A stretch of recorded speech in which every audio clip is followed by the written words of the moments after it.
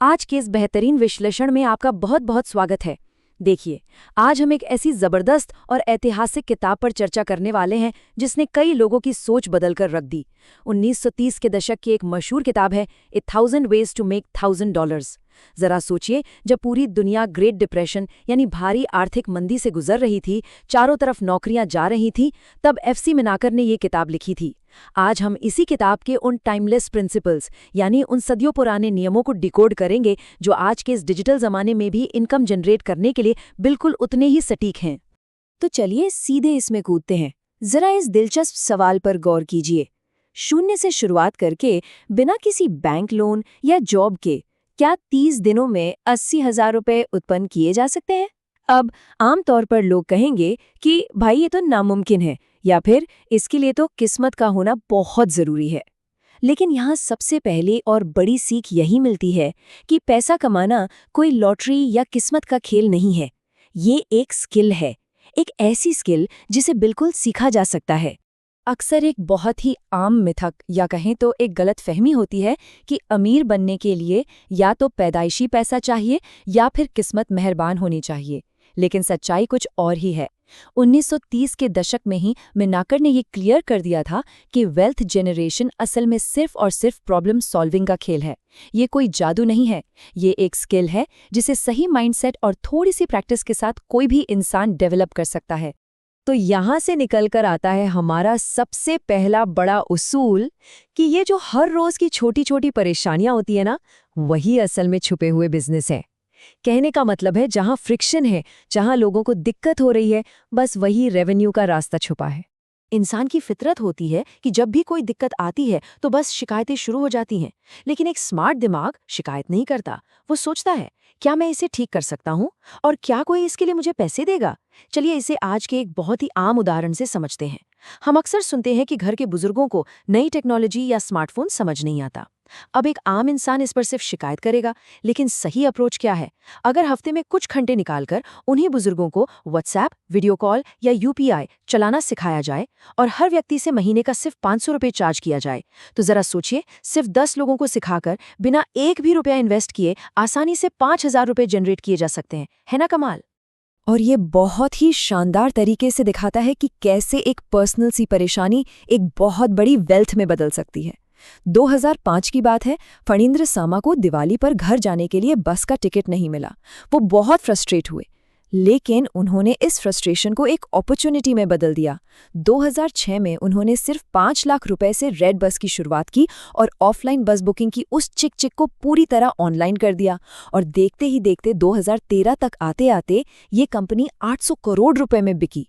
मतलब आपको हर बार कुछ नया ईजाद नहीं करना है, बस लोगों की जरूरत को पहचानना है और उसको पूरा करना है। चलिए आगे बढ़ते हैं। हमारा दूसरा सिद्धांत थोड़ा अजीब लग सकता है, लेकिन ये है बहुत ही जरूरी, और वो ये है कि अपना बिजनेस बनाने से पहले अपने आइडिया को वैलिडेट कीजिए। सीधे शब्दों में कहें तो पहले बेचिए और बनाइए बाद में। अक्सर लोग महीनों तक एक प्रोडक्ट बनाने में अपना वक्त, मेहनत और पैसा लगा देते हैं और बाद में पता चलता है कि भाई इसकी तो मार्केट में डिमांड ही नहीं है। मिनाकर कहते हैं कि बिजनेस शुरू करने से पहले डिमांड समझना बहुत ज़रूरी है। अब ये प्रैक्टिकली कैसे काम करता है? मान लीजिए किसी को एक टिफ़िन सर्विस शुरू करनी है, तो पहला कदम मार्केट से जाकर ढेर सारा राशन लाना बिल्कुल नहीं होना चाहिए। इसके बजाय अपने आस पड़ोस के 10 लोगों को एक मैसेज भेजिए कि मैं 100 रुपये में घर का बना खाना डिलीवर करूंगा। अगर 5 लोग भी हामी भर देते हैं तो इसका मतलब है बिजनेस की डिमांड है, और बस उसी ठोस कमिटमेंट के मिलने के बाद ही अपना किचन सेटअप कीजिए। देखिए, एक एवरेज तरीका ये होता है कि पहले प्रोडक्ट बना लो और फिर 6 महीने तक कस्टमर ढूंढते रहो, जिसमें फेल होने का रिस्क बहुत बहुत ज्यादा होता है। वहीं स्मार्ट तरीका ये है कि पहले कस्टमर ढूंढिए, उनकी कमिटमेंट लीजिए और फिर कुछ बनाइए। और सबसे हैरान करने वाली बात जानते हैं क्या है? मिनाकर ने ये लॉजिक 1930 के दशक में ही लिख दिया था, और आज दुनिया के सबसे बड़े और सक्सेसफुल स्टार्टअप्स बिल्कुल इसी एग्जैक्ट लॉजिक पर चलते हैं। चलिए अब माइंड शिफ्ट की बात करते हैं। हमारा अगला प्रिंसिपल है स्किल्स को मोनेटाइज करना और रिटेंशन। कहने का मतलब है अपने आप को इस समय के जाल से, इस 24 घंटे की बाउंडेशन से आज़ाद करना। जब कोई 9 से 5 की नौकरी करता है तो वो असल में अपना वक्त बेच रहा होता है, और क्योंकि एक दिन में सिर्फ 24 घंटे ही होते हैं तो इनकम की एक लिमिट सेट हो जाती है। लेकिन जब अपनी एक्सपर्टीज यानी अपनी महारत बेची जाती है तो ये लिमिट एकदम से गायब हो जाती है। एक चार्टर्ड अकाउंटेंट का एग्जाम्पल लीजिए। एक तरफ है वक्त बेचना, जहां फुल टाइम काम करके एक फिक्स्ड 50,000 रुपए कमाए जा रहे हैं। दूसरी तरफ है एक्सपर्टीज बेचना, जहां वही सीए 5 अलग अलग बिजनेसेस को सिर्फ पार्ट टाइम एडवाइस देता है और हर एक से 10,000 रुपए चार्ज करता है। ध्यान दीजिए, इस तरीके से पूरा दिन बंधे बिना भी उतनी ही इनकम जनरेट हो रही है, क्योंकि एक्सपर्टीज किसी घड़ी की मोहताज नहीं होती। अब शायद ये ख्याल आए कि मेरे पास तो ऐसे कोई बड़ी स्किल है ही नहीं, पर जरा ठहरिए। आज के इस मॉडर्न दौर में एक्सेल में महारत होना, कैनवा पर बढ़िया डिजाइन बनाना, इंस्टाग्राम के लिए रील्स एडिट करना, प्रॉम्प्ट इंजीनियरिंग या एआई से इमेज और वीडियो जनरेट करना, ये ऐसी स्किल्स हैं जो प्रैक्टिकली किसी को भी आ सकती हैं। जो काम आपके लिए बच्चों का खेल हो, वही काम किसी और के लिए सबसे बड़ी जरूरत हो सकता है। सच मानिए, हर किसी के पास कोई ना कोई ऐसी स्किल जरूर होती है जिसे पैसे में बदला जा सकता है। और यहीं पर एफसी मिनाकर की एक बात बहुत गहरा असर छोड़ती है। वो कहते हैं, लोग जो जानते हैं वो मूल्यवान है, उसे बस पैकेज करके बेचना है। ये कितनी पावरफुल लाइन है। चाहे कोई फ्रीलांसर हो या स्टूडेंट, इससे एक बहुत बड़ी सीख मिलती है कि कभी भी अपनी नॉलेज को कम नहीं आंकना चाहिए, बस उसे पेश करने का और सही लोगों तक पहुंचाने का तरीका आना चाहिए। अब इसमें जो सबसे दिलचस्प बात है वो ये कि बिजनेस की दुनिया का एक बहुत बड़ा और सबसे ज्यादा इग्नोर किया जाने वाला सच है 5x, यानी 5 गुना। देखिए, एक बिल्कुल नए कस्टमर को ढूंढने और उसे कुछ बेचने में जितनी एनर्जी लगती है ना, एक पुराने और खुश कस्टमर को दोबारा बेचने में उससे 5 गुना कम एनर्जी लगती है। जो इंसान पहले ही खुश है, वो अगला सबसे आसान कस्टमर होता है। इसे समझने के लिए एक पेंटर का उदाहरण लेते हैं। एक एवरेज फ्रीलांसर क्या करेगा? वो पेंट करेगा, पैसे लेगा और गायब, उसे मुड़कर नहीं देखना। लेकिन एक स्मार्ट थिंकर वही काम करके 6 महीने बाद मानसून आने से ठीक पहले अपने क्लाइंट को कॉल करेगा और पूछेगा, सर, दीवारों पर कोई नमी तो नहीं आई? और यही है रिपीट बिजनेस का असली जादू। सोचिए, एक नाई या बार्बर जिसके पास 50 रेगुलर कस्टमर्स हैं, उसे हर महीने नए लोग नहीं ढूंढने पड़ते। नए ग्राहक लाने से ज्यादा जरूरी है अपने पुराने ग्राहकों को बेहतरीन सर्विस देना। तो यहाँ से हम आते हैं अपने अगले प्रिंसिपल की तरफ। छोटी शुरुआत, विशाल मूल्य। यानी सपने बड़े देखो, पर शुरुआत बिल्कुल अपने आस पड़ोस से करो। अक्सर लोग 2 जालों में फंसते हैं।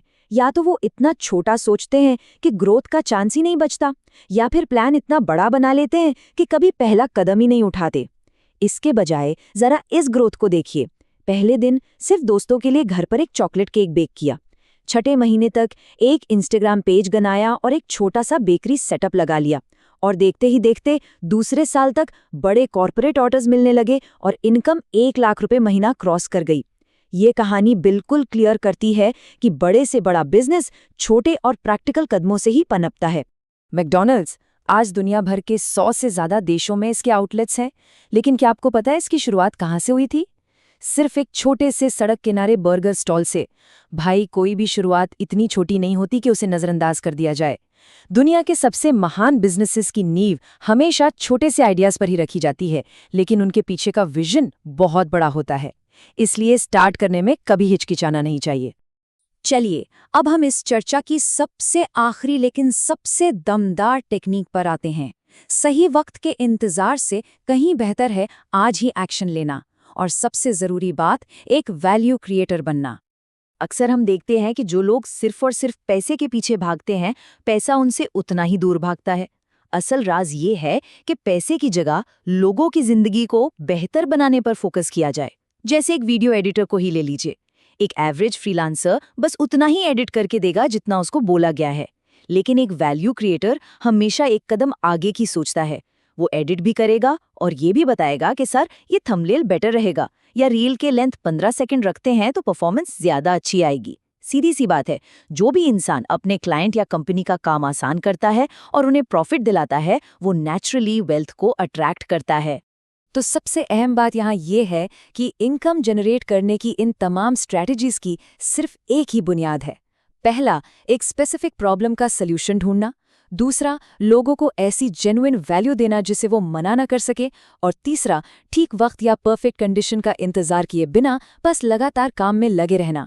चाहे वो 1930 की आर्थिक मंदी का दौर हो या आज का डिजिटल जमाना, ये नियम, ये प्रिंसिपल्स कभी नहीं बदलते। और अब इस विश्लेषण को हम एक बहुत ही खास और सोचने पर मजबूर कर देने वाले सवाल पर खत्म करते हैं। सवाल ये है कि अगर पैसे की कमी असल में सिर्फ एक्शन न लेने की कमी है, तो आज ऐसा कौन सा एक छोटा कदम उठाया जा सकता है जिससे वैल्यू क्रिएट करना शुरू किया जा सके। याद रखिए, परफेक्ट वक्त कभी खुद चलकर नहीं आता, वक्त को परफेक्ट बनाना पड़ता है। इस सवाल पर जरूर सोचिए और वो पहला छोटा कदम आज ही उठाइए। हमारे इस सफर में आखिर तक जुड़े रहने के लिए बहुत बहुत शुक्रिया। बस ऐसे ही सीखते रहिए और आगे बढ़ते रहिए।